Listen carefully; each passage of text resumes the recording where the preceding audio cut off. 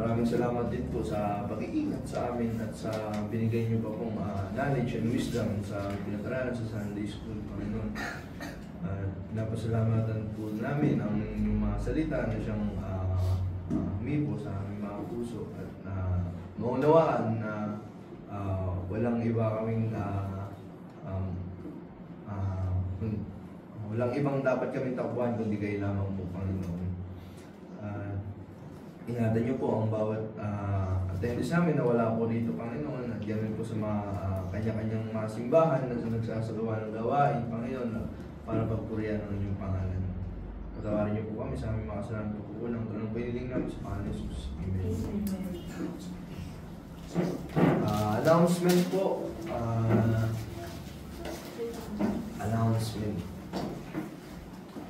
Announcement po, prayer meeting po tuwing Tuesday, 6:30 PM dito po sa lugar natin, sa lugar ng Corpil, sa ating church.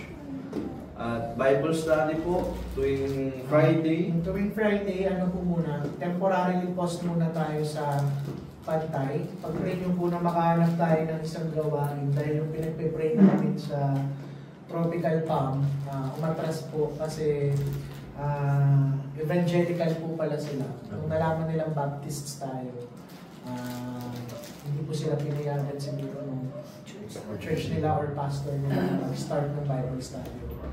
Hopefully may isa pa kami kapitbahay na pwede kami mag-start. So pag-pray nyo po muna yung kausap natin.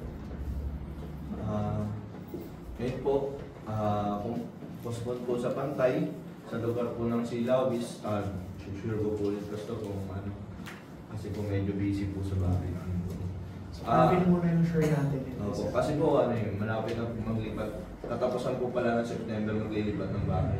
So, assume nyo muna na wala muna tayong Bible study na Friday. For further announcement na lang pag may nag-open up sa atin. Ayun po. Sa tuwing Sabado naman po, Bible study dito rin po sa ating simbahan. Alas 3 po ng hapon, oras po ng ating Bible study. At sa Sabado po ulit, meron po tayong extension class. class ng Sunday School ng mga bata sa lugar po ng Tropical Palm. Sa lugar po nila, Pastor. At dagdag announcement, Pastor. Sa Sabado, yung Bible study natin doon muna sa aming bahay. Ayan, so magsusundo kami dito. Ayun. Pagkatapos magkakaroon ng konting salo-salo, saka siguro mag-fellowship din yung mga attenders, mga members, at mga bata. Although hindi natin kaya talaga isama lahat muna kasi baka di tayo magkasya. Ano lang po, piliin po muna natin yung siguro yung mga batang medyo mature. Siyempre exception si Kauri kasi buy one take one sila niya. Ayun po. Sama ko rin siya, no? Si Inday, si Tina. Pag-usapan natin kung paano natin masusundo ito si Cyron sa Siguro, kasi alam ko may pasok ka ng kapatid mo. Ano siguro, Pastor? Dalhin mo na ng umaga. Ako na magbabantay. Tapos dito na rin kayo magpalipas ng gabi. Dito na kayo para red church na rin kinabukasan. Hindi rin na matulog. Pero no pressure ha. Ano mo muna. Pwede po, pwede. Sabi mo muna sa mga tita mo saka sa mga kamag-anak para sure ka. And willing naman ako magbantay sa dalawang yan. Sa bantay mo, may pang-asa. Ayun po. Sige, mga 2:45 susunduin ko po kayo dito sa church. Sabay-sabay. Wala na pong dagdag announcement po. Sige po, kung wala na po, makibukas po ulit tayo sa ating hymnal. Ano na special number nyo? Ay, special number. Sino pong mauna? Sister Shinobi? Sige po, tinatawagan ko po para po si special number. Ang pamilya po ni Sister Shinobi, si Sister Shinobi at si Kuya Kim at si Cyron. Grabe sa pamilya, parang Pastor, Gusto mo sama ako, pamilya tayo. Set up ko lang mga saglit ha. Ayun, habang sineset up po, gusto po muna namin na magpasalamat sa Panginoon. Sa totoo lang po, last minute namin prepare itong magkakapatid kasi yun nga po, na-busy kami nitong nakaraang week. Yan, kasi entrance din nila Kim, sabay, kumbaga sa pasok ni Kim, tapos susunod sa pasok ni Kim, ito naman, pasok naman ito, tapos gabi naman ang pasok ko, kaya halos wala rin po kaming time na makapag-practice. Actually, ang practice po namin kanina po. On the spot. Actually po sa practice po namin na yun kanina, sabi ko kanina kay Kim, alam mo, mamaya pala tayo na yung naka-asset sa special number para sa Panginoon. Paano gusto niyong awitin? Sabi ko, gusto niyo ba Victory in Jesus? Kasi nga po, familiar naman po sila. Tapos sabi saan kanina ni Kim, to God be all the glory. So, ayun, talagang para lahat sa Panginoon. So, ayan po. Ikaw Parang palito eh. Doon ka sa gitna yan. Nakalabang makita sa ano. Ikaw magkukumpas ha. Oh,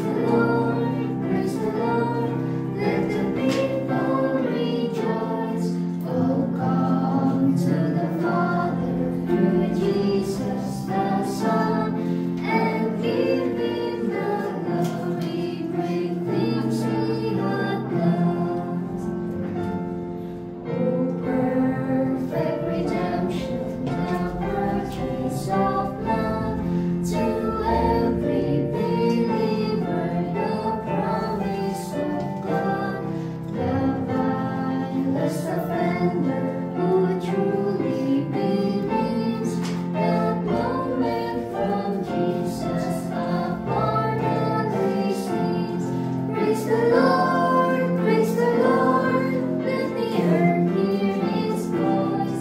Praise the Lord, let the people rejoice.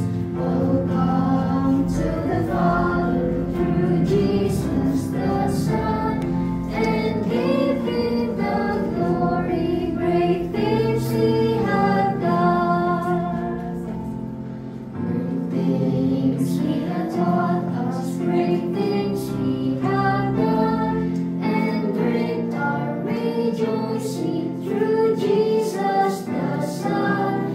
But purer and higher and greater will be our wonder, our transport when Jesus we see. Praise the Lord, let the earth hear His voice. Praise the Lord, let the people rejoice. Oh, come to the Father through Jesus the Son, and give Him the glory. Great things He hath done. To God be all the glory. Amen. Awesome voice mo. Hinihintay ko yung boses ko yun eh. Wala akong mga Dito sa akin ng malapit. Ay, ano pala, live performance sa likod na. Sisimula na po tayo ng ating morning worship service. Naaniyahan ko po ang lahat na tumayo. Bukas po kayo sa akin sa Matthew chapter 11 verse 7 to 15.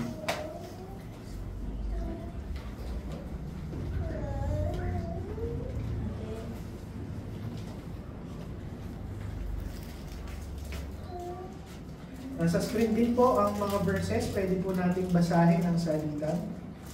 Sisimulan ko po sa verse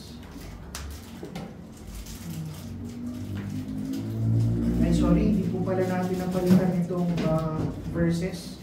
Kung maaari po, buksan nyo na lamang po ang mga Bible sa Matthew 11.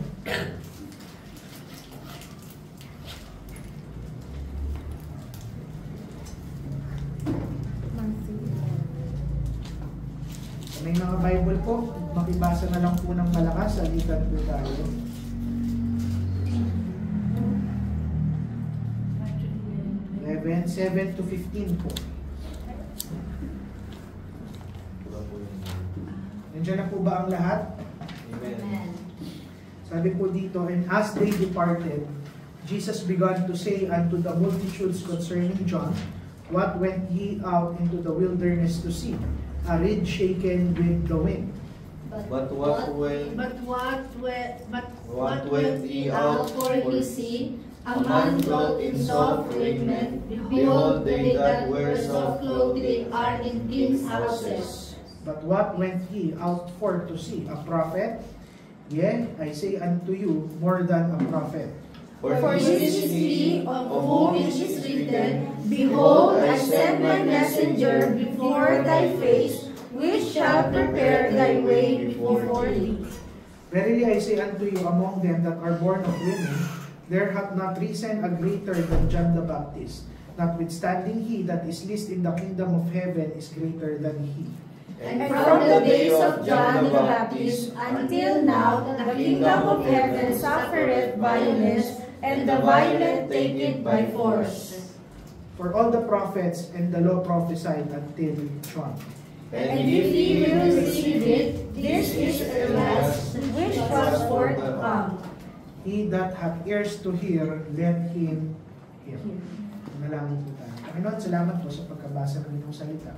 Salamat sa pagkakataong makapanamba kami sa inyo at patawad nawa sa aming mga kasalanan. Nagawin po kami, Panginoon, at nawa katotohanan lamang ng inyong salita na naba sa aming buhay. Salamat sa lahat ng kaluluwang dinadala inyo, batang ng mga patuloy namin dalangin ang kasiguraduhan ng bawat isa sa kanilang kaligtasan at relasyon sa inyo. Salamat po ang aming dalangin. In Jesus' name we pray. Amen.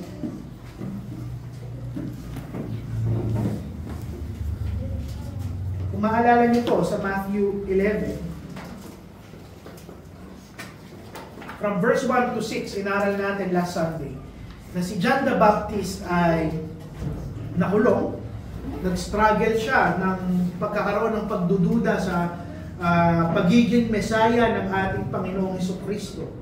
Nagpadala siya ng messenger niya sa ating Panginoon upang tanungin kung siya talaga ang tunay na Mesaya. At hindi siya itinaboy ng ating Panginoon, bagkus binigyan siya ng napakagandang encouragement. Pero ngayon, makikita natin na hindi hahayaan ng Panginoon na pag-isipan ng masama ng mga taong nakapaligid sa kanya si John the Baptist. Publicly, dinepensahan siya ng ating Panginoon, inonor ng Panginoon ang kanyang ministeryo, and this moment is very instructive for us. Dahil ang mundo, it often dismisses yung mga servants ng ating Panginoon. The moment na nanghihina ang mga Kristiyano, kinukutya sila ng mundo. Pero pinapakita ngayon sa ating text na hindi yung kahinaan natin yung tinitignan ng Panginoon, pero inaalala niya lahat ng pagkakataon ng ating pananampalataya at pagsunod natin sa Kanya. Today, God is reminding yung mga taong nakapaligid kay John na hindi bulaang propeta si John the Baptist. Hindi siya mahinang klase ng Kristiyano. Jesus even made a statement nang sinabi niya that John is the greatest born of women. Na siya yung pinakamagiting na taong nabuhay dito sa mundo to. Aralin natin yung lahat ng bagay na sinabi ng ating Panginoon. From verse 7 hanggang verse 10, kung paano niya dinepensahan si John. Ang una niyang ginawa, dinepensahan niya yung karakter ni John the Baptist. Nung makita ng mga tao na kinikwestiyon ni John the Baptist ang ating Panginoong Jesucristo, hindi niya nirebuke si John, hindi niya lang binigyan ng encouragement, pero dinipensahan niya si John the Baptist sa lahat ng tao. Sinasabi niya na huwag niyong isipin na mahinang lalaki si John the Baptist. Hindi dahil nagkaroon siya ng pagdududa ay mahina na siya. Ang sarap isipin na kung saan hindi papahintulutan ng Panginoon na masira ang reputasyon ng kanyang tagapaglingkod. Instead, ina-affirm ng ating Panginoon yung karakter at ministry ni John the Baptist. Tatlong karakter yung sinabi dito ng ating Panginoon. Una, yung pagiging matatag at matapang ni John the Baptist. Pangalawa, yung simplicity ng kanyang buhay. At pangatlo, yung prophetic calling ni John. Una, sabi ng Panginoon, tignan nyo yung steadfastness ni John the Baptist. Tignan nyo yung tapang niya. Tignan mo yung tatag niya. Ang tanong niya dun sa mga taong nakapaligid, pumunta ka ba sa wilderness at nakakita ka ng isang reed na inaagos o dinadala ng hangin? Of course, the answer is no. John is not a reed. Pag sinabi mong reed na yung klase ng halaman na kung saan kapag bumagyo o may malakas na hangin ay yumuyuko, tumutumba, walang tatag, walang stability. Ano ang sinasabi ng ating Panginoon? No. Si John the Baptist, he is a man of conviction.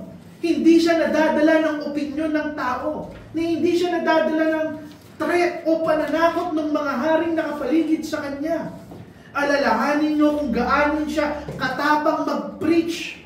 Ito yung sinasabi ng Panginoon. He preached about repentance. Kahit sino yung nakapaligid sa kanya, iisa lang yung tinuturo niya, magsisi ka sa iyong kasalanan.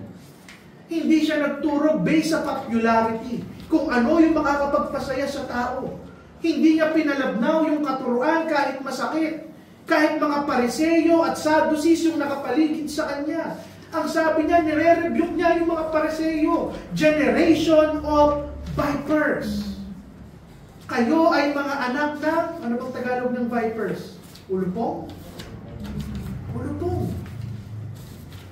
Later, kinonfront niya si King Herod. Hindi siya natakot mag-rebuke. Hindi siya natakot sabihin yung salita ng ating Panginoon.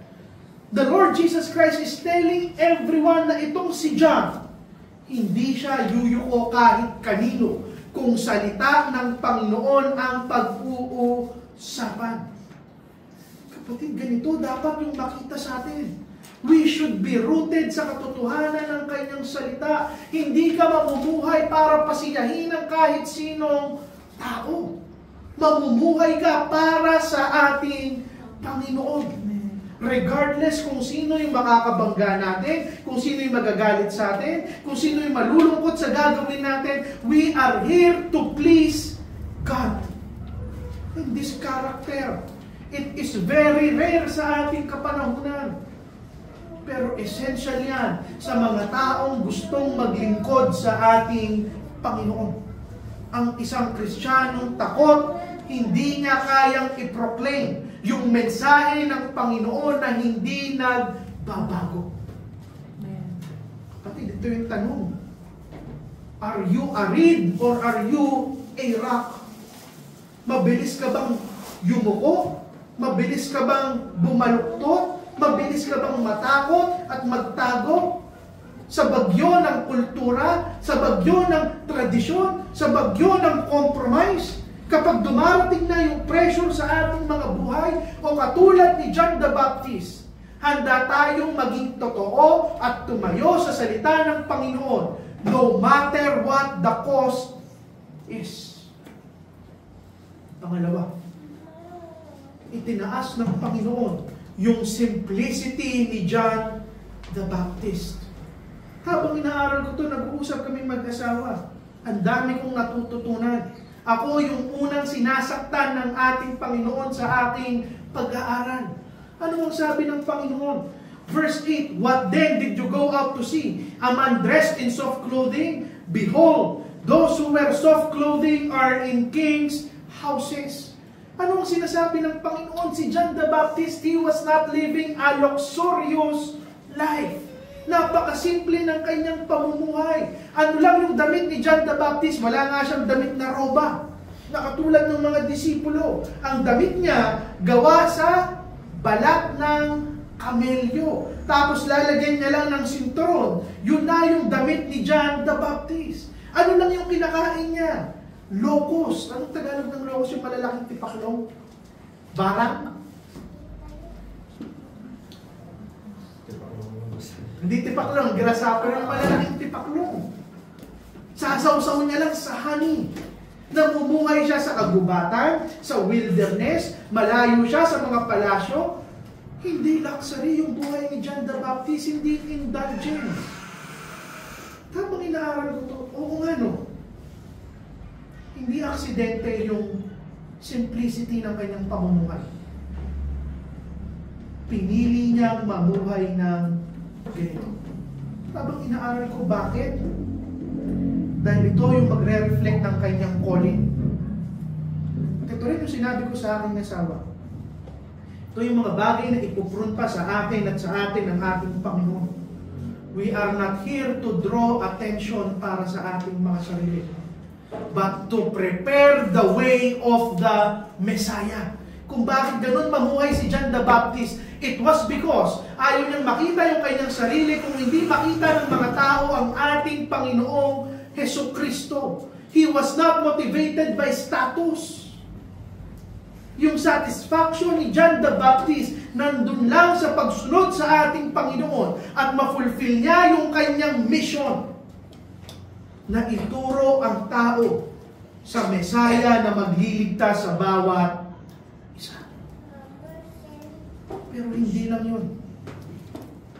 Hinighlight ng Panginoon yung prophetic calling ni John the Baptist. Verse 9 hanggang verse 10. What then did you go out to see? A prophet? Yes, I tell you, and more than a prophet. John the Baptist was a prophet. Actually, he was the last sa long line ng mga propeta magmula kay Moses hanggang kay Elijah. Pero ano yung pagkakaiba niya? Bakit niya sinabing more than a prophet? Dahil yung mga naunang propeta sa kanya, nagpa-prophesy in the future ng parating na Messiah. Pero si John the Baptist, siya na yung nagpapakilala doon sa Messiah. Ito na si Kristo. Inilalatag ko na yung daan para sa Kanya. Here is the King. That is why John the Baptist is more than a prophet. Lahat ng propeta tumitingin in the future for the hope. But John the Baptist, he was face to face with Christ. Ano application mo? John the Baptist, yung greatness niya, yung kagitingan niya, was not because the crowd was admiring him. It was because he was directing everyone to Christ. Ito yung proof ng pagiging totoong servant ng ating Panginoon. The preacher's task, the pastor's task, the Christian's task is not to exalt ourselves but to exalt the Savior. Ang makita ang ating Panginoong tagapagligtas. John 3:30, He must increase but I must decrease. Second main point. Hindi lang dinipensahan ng Panginoon yung karakter ni John. Pero inangat niya si John the Baptist. Verse 11, truly I say to you, among those born of women, there has arisen no one greater than John the Baptist. Yet the one who is least in the kingdom of heaven is greater than he. Ang tawag sa kanya, the greatest born of women. Sino ang taong hindi ipinanganak ng isang babae? Wala. Ngayon anong sinasabi ng Panginoon? Sa lahat ng tao sa mundong to, ang pinakamagiting sa kanyang mata, nung sinabi niya to, walang iba kung hindi si John the Baptist. Ang taas ng commendation ng ating Panginoon. At magtataka ka, sinabi niya to pagkatapos magduda ni John the Baptist. On one hand, sinabi niya, that John the Baptist is the greatest man na nabuhay sa mundong to nung panahon na sinabi to ng ating Panginoong Jesucristo. Pero alam mo kung saan ako nagulat? Sabi niya, katsunod nun, the one who is least in the kingdom of heaven is greater than he. Sabi niya, kung sino man yung mabubuhay na Kristiyano sa kaharian ng langit ay mas magiting kaysa kay John. Merong paradox dito. Sabi ng Panginoon, He is the greatest among men, and yet, yung mga Kristiyano sinasabi ng Panginoon that we are greater than John the Baptist. Let me clarify. Una, John's greatness among men. This encompasses lahat ng human race. Magmula kay Abraham, kay Moses, kay David, sa mga propeta, inilagay ng Panginoon si John the Baptist na mas mataas kesa sa kanila. Bakit? Unang-una, yung karakter ni John the Baptist. He was steadfast, he was courageous, hindi siya nagko-compromise, nandun yung kabanalan sa kanyang buhay, yung devotion niya na mamuhay ng tama, it sets him apart sa lahat ng tao sa kanilang kapanahunan. Pangalawa, bakit mas magaling o mas mataas yung posisyon ni John sa mga nauna sa kanya? Dahil sa klase ng mission na meron si John the Baptist. Siya yung pinili ng Panginoon upang maglatag ng daan para sa Messiah. Si Abraham nakita niyang parating yung Messiah. Si Isaiah prinophisy niya yung suffering servant na maghihirap ang ating Panginoong Hesukristo. Pero si John the Baptist ang nagpakilala sa kanilang kapanahunan, ito ang Lamb of God. Behold the Lamb of God who takes away the sins of the world. Pangatlo, why was he so great? Yung level ng pananampalataya ni John. Tinupad niya, ginampanan niya yung kanyang ministry na hindi siya sumusuko, hindi siya nagbe-waver, even at the time that it cost his freedom at ang kanyang kamatayan. Ano yung punto ko? Paano sinukat ng Panginoon yung greatness ni John the Baptist? Greatness sa mata ng ating Panginoon. It was never measured by wealth. It was never measured by success. It was never measured by worldly standard, by power or fame or popularity. It is measured sa faithfulness mo sa panawagan na ibinigay sa iyo ng ating Panginoon. Anong application nito sa bawat isa? Yung tunay na greatness ng isang Kristiyano hindi sa posisyon niya. Hindi posisyon niya sa mundo, hindi posisyon niya sa loob ng iglesia, hindi yung yaman niya, hindi yung estado niya, pero kung gaano siya sumusunod sa ating Panginoon. Many people chase greatness. Pero ipinakita sa atin ng Panginoon that the greatest honor is to simply do yung gusto ng ating Panginoon sa buhay. Pero ano yung contrast dito? Sa lahat ng parte ng message na ito, dito ako pinakanamangha. Sabi niya, yet the one who is least in the kingdom of heaven is greater than he. Na yung pinakamababa na Kristiyano ngayon, he is greater than John the Baptist. Tanungin mo ngayon yung sarili mo, paano mangyayari ito? How can the weakest, most ordinary Christian be greater than John the Baptist? Dahil titignan ko na yung pinakamagaling na pastor, yung mga preacher na hinahangaan ko, wala sa kanila ang kasing tapang ni John the Baptist. Wala sa kanila ang kasing faithful ni John the Baptist. So how can we be greater? Kung itong mga matataas at magagaling na preacher at pastor na to, hindi sila mas matapang at mas magaling kay John the Baptist, how can the least Christian be greater than John? Yung tanong, ay alam niyo yung sagot? It's not because of you. It is because of Christ. Totoo, ipinakilala ni John the Baptist ang Panginoong Jesucristo sa lahat ng tao. But he was still in the era of promise. Tayo, nandito na tayo sa panahon ng fulfillment. Siya, inaantay niya pa yung sagot sa pangako. Tayo nandun na, tinupad na yung pangako, it was fulfilled. John the Baptist was looking forward sa kaligtasan na ibibigay ng Mesaya. Tayo tumitingin na lang tayo pabalik. Alam na natin, pinoproclaim ni John yung kingdom na malapit na, parating na. Pero hindi siya mabuhay at nakita niyang tinupad ng Panginoon sa krus ng Kalbaryo. Hindi niya nakitang nabuhay ulit ang ating Panginoon. Hindi niya inabutan yung Pentecost na napakaraming tao ang naligtas. Pero ngayon, kahit yung pinakamababang mananampalataya, he knows more of God's salvation than John the Baptist. Gaano tayo kapalad? Pero hindi lang yun. Sabi natin, John the Baptist prepared the way for the Messiah. Nawa mo ba that he just prepared the way?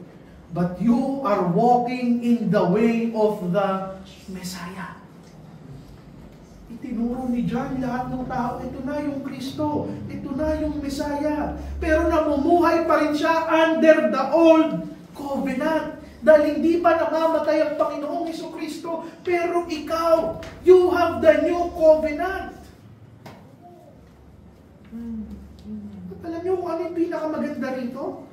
Messenger si John. Ina-announce niya, ito na yung groom. Ito yung bridegroom, parating na. Pero ikaw, ikakasal ka doon sa groom.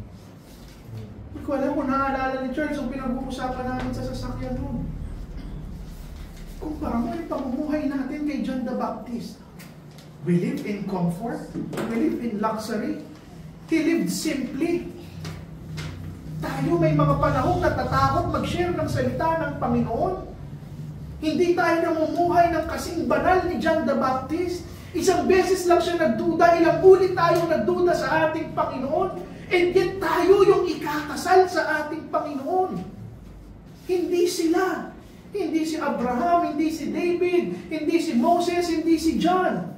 Tayo. Ano yung punto?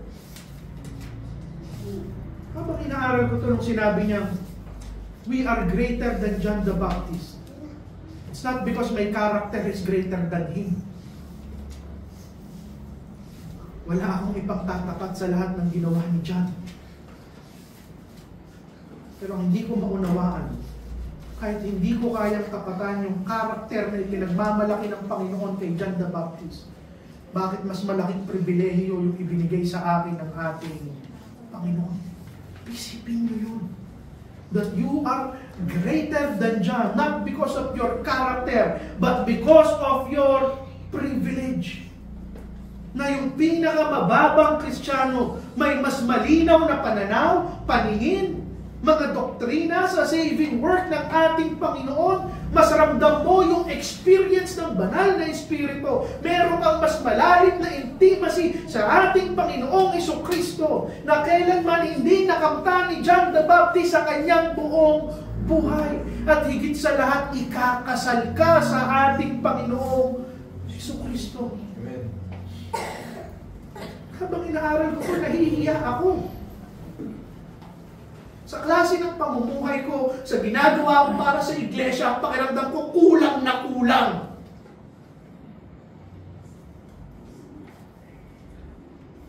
Kapatid, do we treasure yung pribilehiyo mo ngayon to be part of the kingdom? Lagi nating sinasabi na iinggit ako dun sa mga naunang Kristiyano na sana nabuhay ako in the lives of the prophet, sa mga araw ng mga propeta, ng mga mirakulo, ng mga disipulo. But your place in this kingdom gives you greater blessing. Now, bakit hindi natin iasam ngayon na meron tayong mas matinding pribilehiyo kay John? Bakit hindi natin iasam na mas matindi yung panawagan, serbisyo at ministeryo na gagawin natin para sa ating Panginoon? And it reflects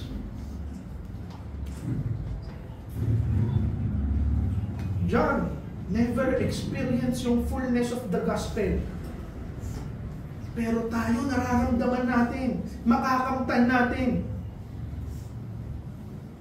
Bakit hindi tayo mas maglingkod na mas malaki pa kaysa kay John the Baptist? No. Christ is telling us the lesson on true greatness. Not in wealth, not in success, not in education, not in anything sa mundong to. Kung ano ay mapupulot mo.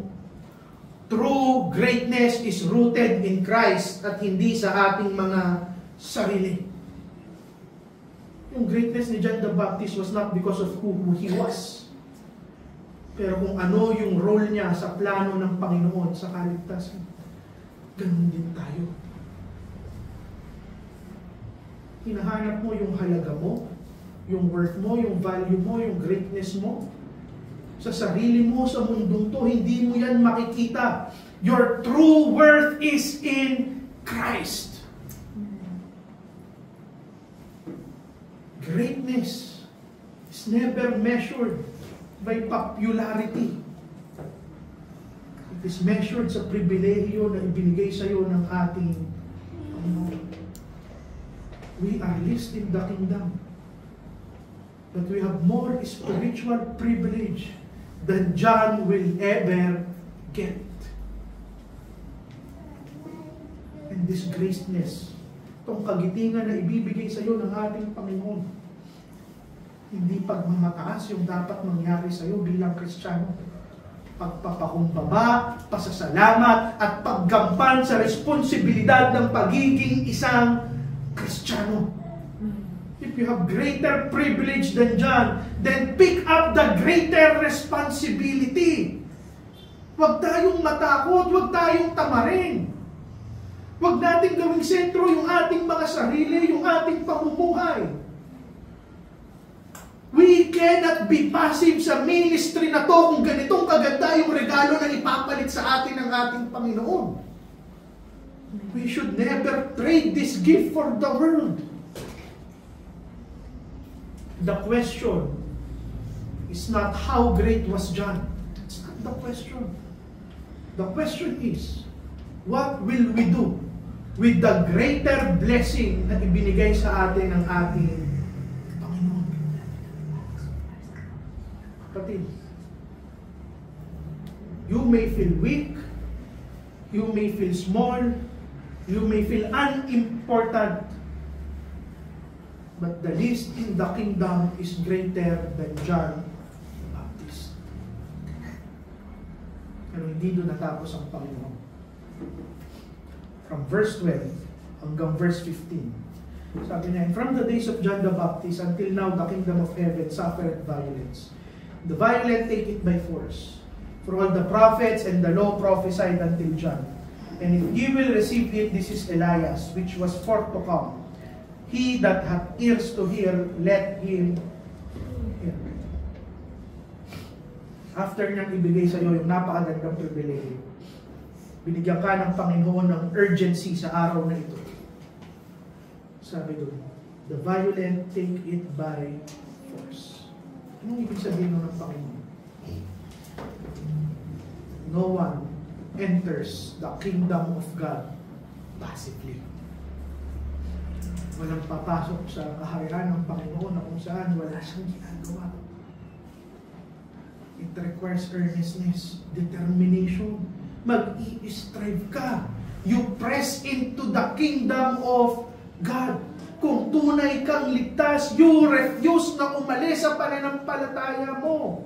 Ano ang sinasabi ng Panginoon? The kingdom is not something casual. If you truly seek, you pursue it with passion. Ano yung punto ko? Christianity, it is not a spectator's religion. Hindi ka pwedeng mauupo lang, makikinig lang, manonood lang.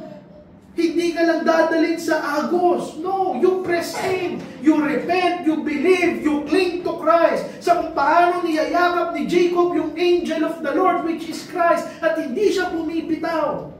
And we must be ready to face opposition for doing so. Ilang yun? Verse 13 hanggang verse 14, ano yung urgency na ibinibigay ng Panginoong Jesucristo? Jesus is reminding the crowd na yung ministry ni John the Baptist is now the turning point in history. Everybody was looking forward to the Messiah. But John, pinapakita niya, this is now John's time to call people to repentance in preparation ng kamatayan ng ating Panginoong Jesucristo. Pero may dinagdag na phrase ang ating Panginoon. If you are willing to accept it. Anong ibig sabihin niya? Spiritual truth is not received by passive hearers. Tinatanggap yan ng mga taong may kababaan, pananampalataya, at submission sa ating Panginoon. Ano yung punto dito ng Panginoong Jesucristo? Maraming tao ang humahanga kay John. But they missed yung purpose ng ministry ni John. It was never about John. It was about the Messiah. It was about Christ. Ano yung punto? Are you willing to accept yung salita ng Panginoon? Even at times na nire-rebuke ka, kinoconfront ka, sinusugatan ka at sinasaktan ka. Dahil napakaraming tao, they admire the Bible. They respect the pastors. They look up at the preachers. They enjoy the sermon. But they never submitted sa salita ng ating Panginoon. It's not the pastors. It was never about the preachers. It was never about John the Baptist. It was about the coming Messiah. Sa verse 15. Sabi doon, he who has ears to hear, let him hear. This is not a call to listen physically. This is a call for spiritual discernment. Maraming tao ang narinig mag-preach si John the Baptist. Marami ngayon ang nakikinig patungkol sa ating Panginoong Jesucristo. Pero yung mga tao lang na may mga spiritual hearing ang kayang makayakap ng significance ng salita ng ating Panginoon. Ano yung punto? Spiritual truth is not a matter of intellect. It is a matter of hearts made alive by the Holy Spirit. May tenga ka ba ngayon para makinig? Do you recognize na dumating na ang Kristo? Namatay siya, nabuhay siya para sa iyo. Do you see the urgency ng pagtanggap sa Kanya? Hindi bukas, hindi mamaya, hindi siya makalawa, kung hindi sa araw na ito. Bilang pagtatapos. Do not be content, Christians, na nandun ka lang sa sideline at nanonood. Press into the kingdom. You have to give up the luxuries, the success. Simple yung ating buhay na i-proclaim lang ng may katapangan yung salita ng Panginoon. Ito yung panawagan natin. Not because of anything na ginawa natin, pero dapat lang suklian natin yung pribilehiyo na ibinigay ng ating Panginoon Jesucristo. Kapatid, this is the wonder of the gospel. Na kahit inaaral ko ito isang buong linggo, hindi ko maunawaan. Why would Christ allow me to enjoy blessings more than John the Baptist? We live on the other side of the cross. It was fulfilled. Tapos na. Naramdaman mo yung kapatawaran at kapangyarihan ng kanyang kamatayan. Nasa iyo ang lahat ng pribilehiyo. Nasa na yun yung responsibility. Finally, para sa mga bisita, mga bata na hindi pa nakakasigurado ng kanilang kaligtasan, sabi ng Panginoon, he who has ears to hear, let him hear. Do not miss what God is saying. John prepared the way that Jesus Christ is the only way. He is the truth and the life. The greatest question ay hindi kung ano yung tingin nyo kay John the Baptist pagkatapos ng maganda. The greatest question, ano yung gagawin mo sa Kristo na pinaglingkuran ni John the Baptist? Manalangin po tayo. Panginoon, salamat po sa lahat ng niyaya niyo, sa panawagan niyo, sa rebuke niyo, Panginoon, unang-una sa inyong tagapagsalita, Panginoon. Gawa ko itong matapos, Panginoon, sa pag-aaral at pagtuturo namin sa buhay namin. Hindi man namin maunawaan, Panginoon, kung bakit ito kalaking pribilehiyo na binigay niyo sa inyong mga hinirang. Pero pasasalamat, Panginoon, sa lahat ng bagay na ginawa niyo para sa amin. Mga Panginoon, alam namin hindi namin ito mapapantayan. Pero nawa, makapaglingkod kami lahat ng tama sa inyo. Mamuhay ng may kabanalan, Panginoon, na hindi tinuturo ang mundo sa aming mga sarili kung hindi sa inyo lamang, Panginoon. Tawad sa lahat ng kasalanan at kakulangan namin sa inyo. Dalangin namin ang kaligtasan ng lahat ng tao nakikinig sa araw na ito. Lamang ang aming dalangin. In Jesus' name we pray. Amen.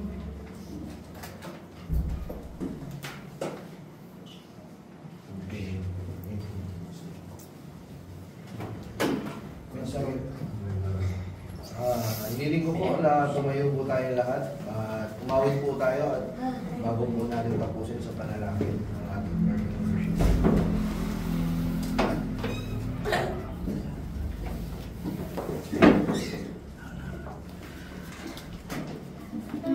Hymnal 30 po, When the Rolling is Called Up Yonder. Diyan na po ba lahat? Hymnal 30.